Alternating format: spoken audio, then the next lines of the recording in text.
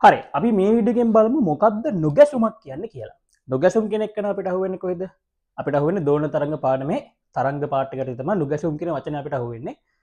ඉතින් නුගැසුම් කියන්නේ හරිම සරල දෙයක්. නුගැසුමක් කියන්නේ මොකක්ද? සංඛ්‍යාතයන් ආසන්නව සමාන ධ්වනි තරංග දෙකක් කියලා අපි හිතමුකෝ. එයාලා එකපාර නාද වෙද්දී ඒ සංඛ්‍යාතයන් ආසන්නව සමාන දෙන්න එකවර නාද වෙද්දී අපේ කනට ඇහෙනවා ආවර්තීයව අඩු වැඩි වෙන ආවර්තීයව අඩු වැඩි වෙන ශබ්දයක්. ඔන්න ඔය සංසිද්ධියට තමයි අපි කියන්නේ නුගැසුමක් කියලා. ඔය ආවර්තීයව අඩු වැඩි වෙන ශබ්ද ඇති වෙන එකට තමයි අපි කියන්නේ නුගැසුම් ඇති වෙනවා කියලා. හරිද? ඉතින් මම එක පොඩ්ඩක් මේ නිරූපණය කරන්න බෝඩ් එකේ පොඩි රූප දෙකක් දාන්න තියෙනවා. අපි හිතමු මෙන්න මෙයාගේ සංඛ්‍යාතය f simple a කියලා. හරිද? මෙයාගේ සංඛ්‍යාතය f simple b මේ දෙන්න ආසන්නව සමානයි. උදාහරණ දෙකක් හිතමුකෝ මෙයා 250 Hz මෙයා 252 Hz ඔය වගේ ගොඩක් කිට්ටු සංඛ්‍යාත දෙකක් එකවර නාද කරනවා. මේ දෙක එකවර නාද කරපුවාම එයාලගේ අධිස්ථාපනයෙන් හැදෙනවා නුගැසුමක්. එනේ නුගැසුම අපිට ඇහෙන්නේ ආවර්තීයව අඩු වැඩි වෙලා. හරිද? ආවර්තීයව කියන්නේ ආවර්තීය කියන්නේ මොකද්ද? අර එකම කාල ප්‍රාන්තරයක් යටතේ අඩු වෙලා වැඩි වෙනවා. අඩු වෙලා වැඩි වෙනවා. අඩු වෙලා වැඩි වෙනවා. ඔන්න ඔහොම තමයි ඇහෙන්නේ. ඉතින් ඒකේ අධිස්ථාපනයෙන් ඇඳෙන තරංගය අපි අඳගත්තොත් මට මේ විදිහට ඒක පොඩි නිරූපණය කරන්න පුළුවන්. බලන්න මේ සමහර තැන් තියෙනවා එකම කලාවේ අධිස්ථාපනය වෙලා විස්තාරය උපරිමයි. සමහර තැන් තියෙනවා විෂම කලාවේ අධිස්ථාපනයෙන් විස්තාරය අවම වෙලා. එතකොට ඒ වගේ තමයි මෙන්න මේ නුගැසුම් කියන එක ඇති වෙන්නේ. මම හිතන්නේ නුගැසුම් කියන එක ගැන දැන් ඔන්න අයිඩියා එක දුන්නා.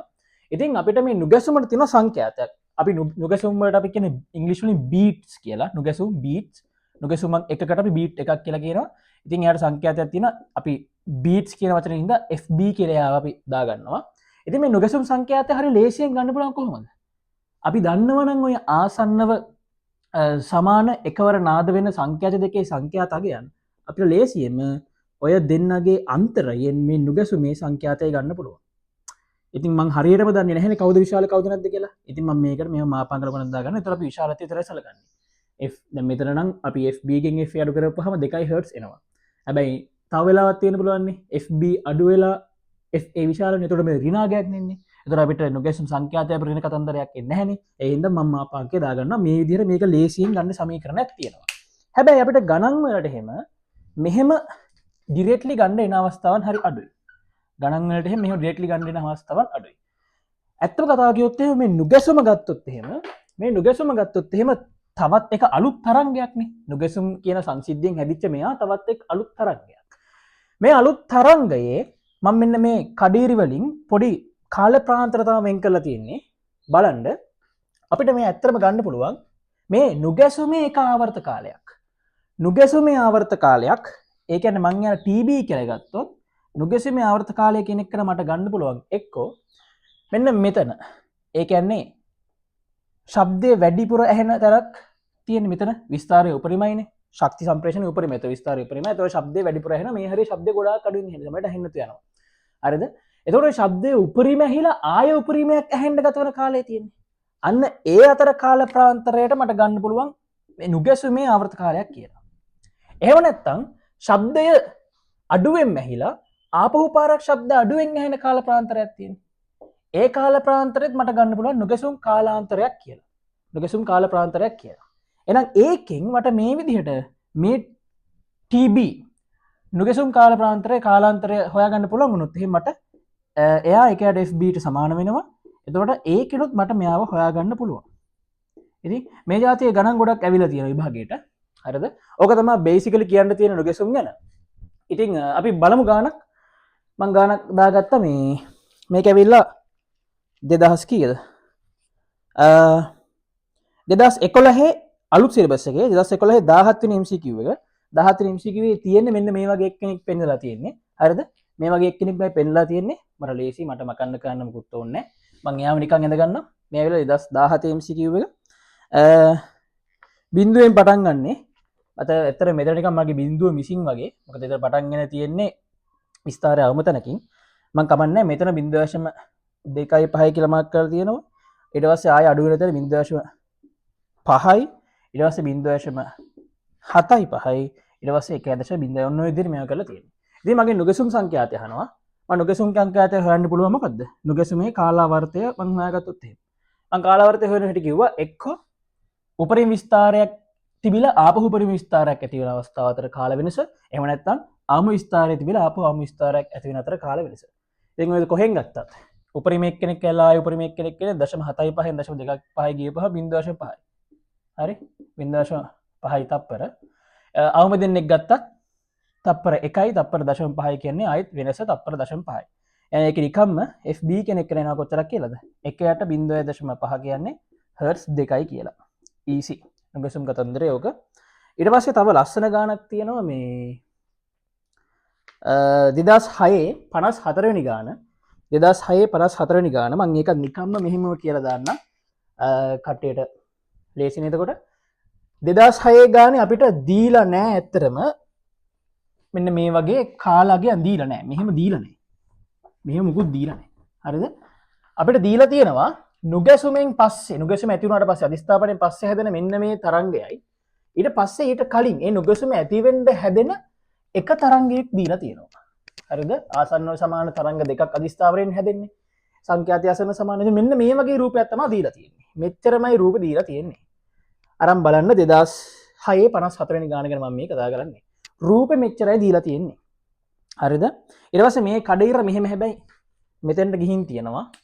මම දන්නේ මෙන්න මෙතෙන්ට ගිහින් තියෙන මේ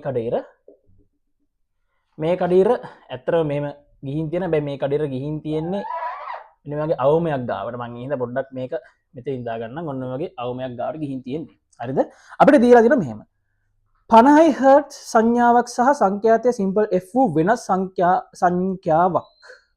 සංඛ්‍යාවක් නෙමෙයි සංඛ්‍යාතයක් sorry සංඥාවක් කියලා දීලා සමානද 50 හර්ට්ස් සංඛ්‍යාතයක් සහ සංඛ්‍යාතය f වූ වෙනත් සංඛ්‍යාතයක් f කියන එක නම් 50ට වඩා වැඩිලු හරි එක විට ලබා ගන්නා මයික්‍රොෆෝනයක් දෝලනයේක්ෂයකට සම්බන්ධ කර ඇත ඒ රූප සටහනේ 50 හර්ට්ස් සංඥාවේ පමණක් අනුරේඛනය. මේ තමයි 50 හර්ට්ස් සංඥාවේ අනුරේඛනය.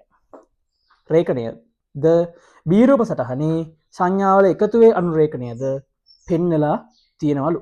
අපෙන් අහන F ගේ අගය. මෙයත් එක්ක නාද කරන අනිත් එක්කනා කවුද කියලා අහනවා. අනිත් එක්කනා 50ට වැඩිනේ. අනිත් එක්කනා 50ට වැඩි කියලා දීලා තියෙනවා. මේ කියන එක්කනා 50 හර්ට්ස් වැඩි කියලාත් දීලා තියෙනවා. හරි.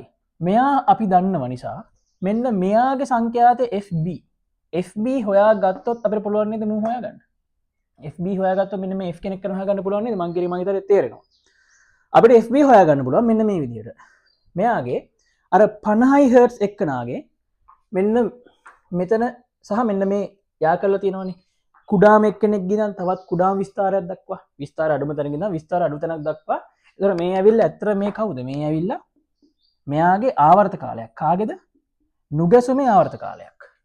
හරිද? මේ නුගැසුමේ ආවර්ත කාලයක්. නුගැසුමේ ආවර්ත කාලයක් මෙහෙම තියෙද්දි අපි බලමු මෙතන කොච්චර වට ගානක් සිද්ධ වෙලාද කියලා. ඔන්න බලන්න. මෙයාගේ මේ ගානේ තිබ්බේ 1යි 2යි 3යි 4යි 5යි 1යි 2යි 3යි 4යි 5යි අතරම. මෙතන මං අති 6ක් ඇඳලා තිබ්බට මම මේ ගාන හරියටම ඇඳේ නැහැනේ. මෙතන මෙන්න මේ වගේවා ඔරිජිනල් ගානේ බලන්න අරගෙන ඔරිජිනල් ගානේ මෙන්න මෙතන බලන්න මෙන්න මෙතන ඔරිජිනල් ගානේ බැලුවොත් එහෙම මෙතන වක්‍ර පහක් තියෙන්නේ හරි සම්පූර්ණ වට පහයි හරිද සම්පූර්ණ වට පහයි තියෙන්නේ එතකොට මෙයාගේ සංඛ්‍යාතයක් විදිහට හර්ට්ස් 50යි හර්ට්ස් 50 කියන එකේ තේරුම මොකද්ද මෙයාගේ සංඛ්‍යාතය හර්ට්ස් 50යි හර්ට්ස් 50 කියන එකේ තේරුම එක තප්පරයකදී මෙයා වට 50ක් සම්පූර්ණ කරනවා එක තප්පරයකදී වට 50ක් සම්පූර්ණ කරනවා. මෙතන තියෙන වට 5යි නම් මේ මෙන්න මේ තරංගේ එක තප්පරයකට වට 50ක් යනවා නම් එක තප්පරයකට වට 50ක් යනවා නම් එයාට වට 5ක් යන්න ගත වෙන කාලය මෙන්න මෙතන කාලය ගත්තොත් තප්පර 0.1යි නේද? තප්පරෙන් 10න් එකක්. ඇයි සංඛ්‍යාතයෙන් වට ගානෙන් 10න් එකක් මෙතන තියෙන්නේ. ඒතර එක වටයක් වට 50ක් යන එක තප්පරයක් යනවා නම් ඒ වටගානෙන් 10න් එකක් යන්න ගත වෙන්නේ ගත වෙන කාලෙන් 10න් එකක්. තප්පර එකෙන් 10 එකක් කියන්නේ තප්පර 0.1යි. එහෙනම් මෙන්න මේ කාල ප්‍රාන්තරයේ තප්පර 0.1යි කියන්නේ TB කෙනෙක් කෙනාගේ අගය තප්පර 0.1යි. එයාගේ අගය තප්පර 0.1යි කියන්නේ මට ගන්න පුළුවන් FB ලස්සනට. FB සමාන 1ට TB 1ට 0.1 කියන්නේ හර්ට්ස් 10යි. නුගැසුම් සංඛ්‍යාතය හර්ට්ස් 10යි. හර්ට්ස් 10 හැදෙන්නේ මේ දෙන්නගේ ගේ සහ 50 අන්තරේ. එහෙනම් FB කියන එක ආය හැදලා කියලා ගන්න පුළුවන් මට F ඍණ 50. මොකද 50 අඩුයිනේ. FB කියන්නේ 10යි නම් සිම්පල් F ඍණ 50යි. අවසානයේ මෙතනින් F කෙනෙක් කාරිනවා හර්ට්ස් 60ක් කියලා. හරි. ඔය ඇවිල්ලා නුගැසුම් වලින් ආපු ලස්සන ගණන් දෙකකුත් එක්ක මම නුගැසුම් කියන එක ගැන පොඩක් සරලව කියලා දුන්නා. හරි. ඉතින් නුගැසුම් ගැන කතන්දරය ඔක තමයි. නුගැසුම් කියන සංඛ්‍යාතය ගන්න පුළුවන් එකක් තමයි ආසන්නව සමාන සංඛ්‍යාත දෙකේ වෙනස.